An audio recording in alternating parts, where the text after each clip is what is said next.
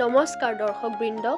যেতিয়াই আমি কলিযুগৰ নাম শুনো, আমাৰ মনলৈ আহে কেৱল পাপ, অন্যায়, দুৰ্নীতি আৰু ধ্বংসৰ ছবি। আনকি শাস্ত্ৰতো কোৱা হৈছে যে এই যুগ সকলোতকৈ বেয়া।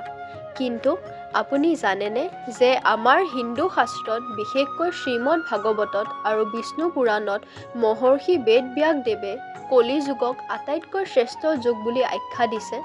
হয়, আপুনি ঠিকেই শুনিছে। সত্য, ত্ৰেতা বা দ্বাপৰ যুগতকৈও কলিযুগ কিছুমান দিশত বহুত বেছি উত্তম। কিন্তু কিয়? কলিযুগৰ মাজত এনে কি ভাল গুণ লুকাই আছে যাৰ বাবে আনকি দেৱতাসকলেও এই যুগত মানৱ জন্ম ল'বলৈ ইচ্ছা কৰে? আহক, আজিৰ ভিডিঅ'টোত আমি কলিযুগৰ সেই অতি সুন্দৰ আৰু ইতিবাচক দিশবোৰৰ বিষয়ে জানো।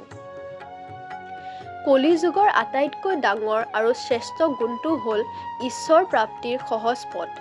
বিষ্ণু পুৰাণত কোৱা হৈছে যে যি পুণ্য বা ফল সত্য যুগত 10 বছৰ কঠোৰ তপস্যা কৰিলে পোৱা যায়, ত্ৰেতা যুগত 1 বছৰ যজ্ঞ কৰিলে পোৱা যায় আৰু দ্বাপৰ যুগত 1 মাহ ধৰি ভগৱানৰ পূজা কৰিলে পোৱা যায়, সেই একেই পুণ্য কলিযুগত মাত্ৰ এদিন বা এৰাতি ভগৱানৰ নাম শ্ৰৱণ কীৰ্তন কৰিলেই পাব পাৰি।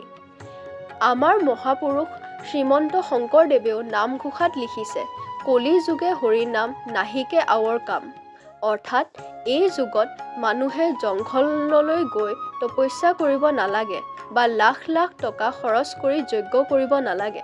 কেৱল শুদ্ধ অন্তৰেৰে সঁচা ভক্তিৰে ৰাম, কৃষ্ণ, হৰি নাম স্মৰণ কৰিলে মানুহে সহজে মুক্তি বা মোক্ষ লাভ কৰিব পাৰে। কলিযুগৰ আন এটা ডাঙৰ বৈশিষ্ট্য হ'ল ইয়াত মানুহে নিজৰ ভাল কৰ্মৰ ফল অতি সোনকালে লাভ কৰে। আগৰ যুগবোৰত মানুহে কোনো এটা ফল পাবলৈ জীৱনৰ বহু বছৰ ধৰি কষ্ট কৰিবলগীয়া হৈছিল।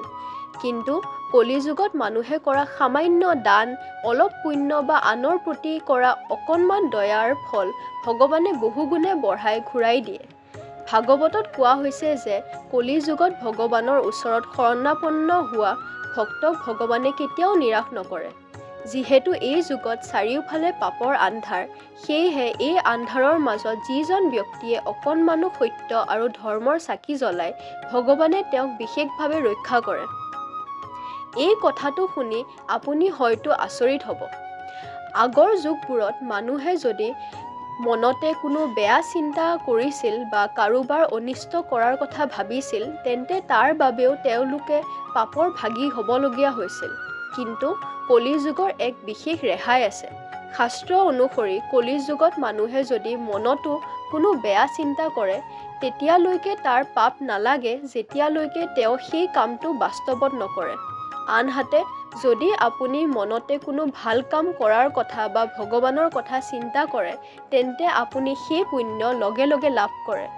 সঁচাকৈয়ে কলিযুগৰ এই নিয়ম ভগৱানৰ এক অসীম কৃপা নহয়নে? প্ৰাচীন যুগৰ কেৱল বিশেষ শ্ৰেণীৰ লোককহে বেদ পাঠ বা কঠোৰ ব্ৰত কৰিব পাৰিছিল। কিন্তু মহৰ্ষি ব্যাসদেৱে কৈছে যে কলিযুগত মুক্তিৰ দুৱাৰ সকলোৰে বাবে মুকলি।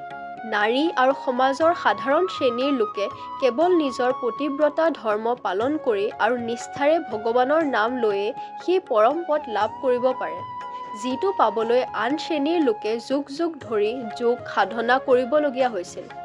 ইয়াত জাতি, বৰ্ণ বা লিংগৰ কোনো বিচাৰ নাই, কেৱল ভক্তিৰহে বিচাৰ হয়।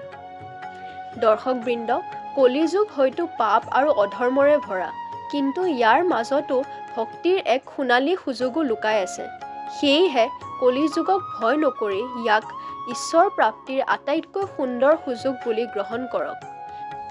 আজিৰ ভিডিঅ'টো যদি আপোনালোকৰ মনলৈ শান্তি আৰু ইতিবাচক চিন্তা কঢ়িয়াই আনিছে, তেন্তে ভিডিঅ'টো লাইক আৰু শ্বেয়াৰ কৰিবলৈ নাপাহৰিব। ধন্যবাদ।